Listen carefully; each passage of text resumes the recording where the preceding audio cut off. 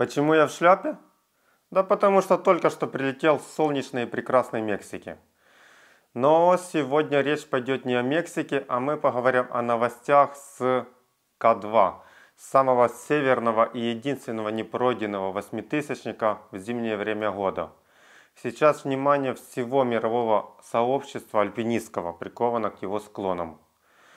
Друзья, всем привет, с вами Тарас Поздний, и это видео хорошо было бы написать на улице, тем более там сейчас снежно и красиво, но я только что после перелета чувствую себя не очень хорошо, поэтому на улицу выходить не хочу.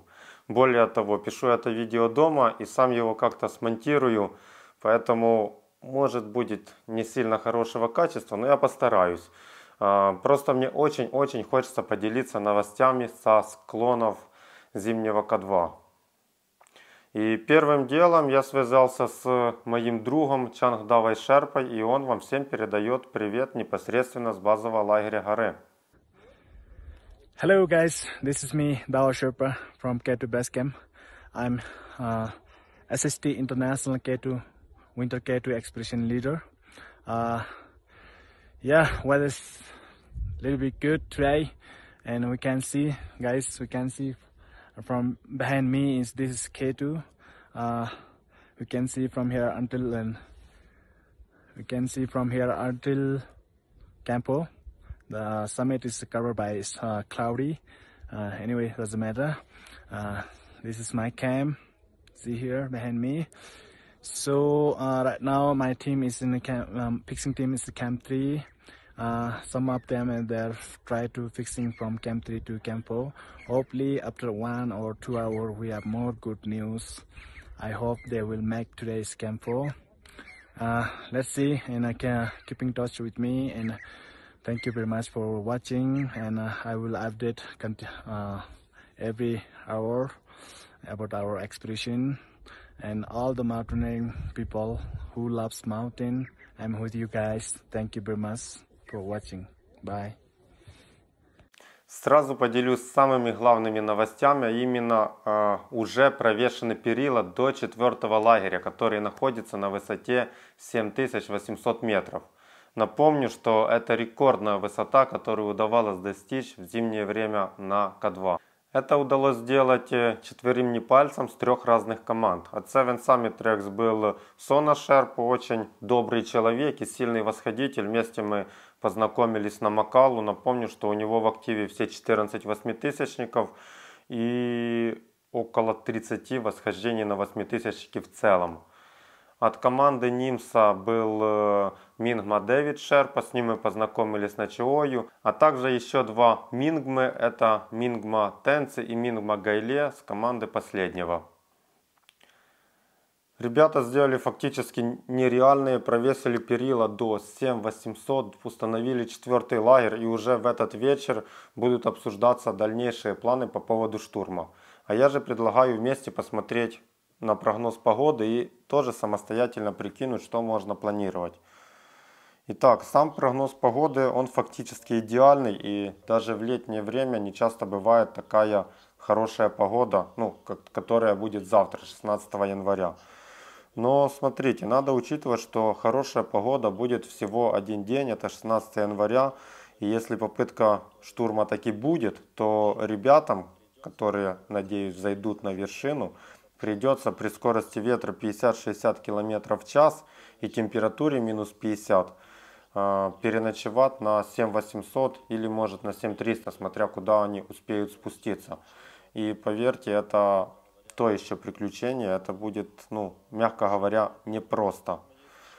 Хорошее погодное окно для штурма есть еще на 19-20 января, но вы заметите, что там всего 2 дня на хорошую погоду, а потом налетает сильнейший ураган.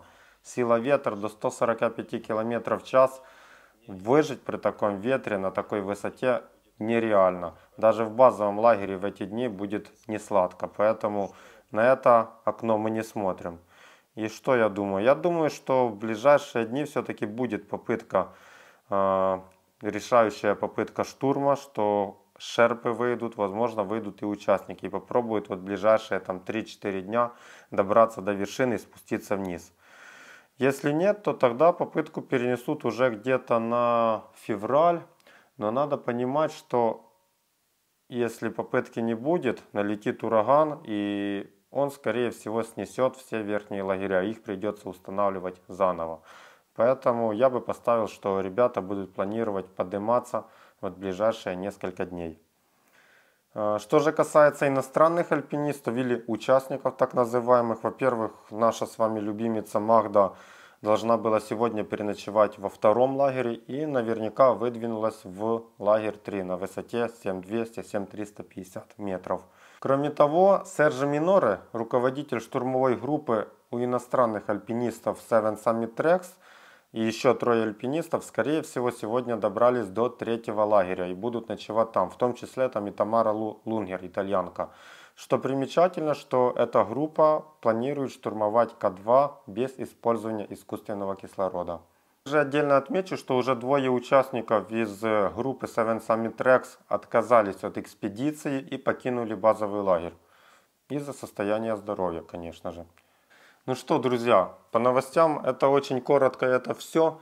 Как по мне, шансы очень хорошие на восхождение, на первое зимнее восхождение на К2. Мне лично очень хочется, чтобы первым поднялись шерпа. Сейчас, как Минга Гайли отметил у себя в Фейсбуке, восхождение на зимнюю К2 для шерпов это как символ национальной гордости. Несмотря на то, что они в разных командах, все они работают сообща как братья. И я думаю, что если кто-то и заслужил подняться на зимнюю К2, то пускай это будут шерпа. В ближайшие дни с трепетом и ожиданием буду следить за ситуацией на склонах К2. Возможно, уже послезавтра будет попытка штурма или даже завтра. И как только что-то узнаю, буду делиться новостями с вами в видео. Друзья, видео будет такого вот качества, как сейчас, поэтому напишите, это для вас окей или не окей. Потому что с одной стороны новости на той новости, чтобы их рассказать сразу же. Но с другой стороны вопрос качества монтажа остается. В общем, тут такие вот дела, но тем не менее уже в следующий четверг или может через четверг выйдет видео такое с путешествия с полей, за которым вы заскучали, с нашего восхождения на вулкан Орисаба. Так что, друзья, подписывайтесь, оставляйте комментарии под видео, как вы думаете, как повернется ситуация на зимнем К2. Ну и до встречи в горах. Пока.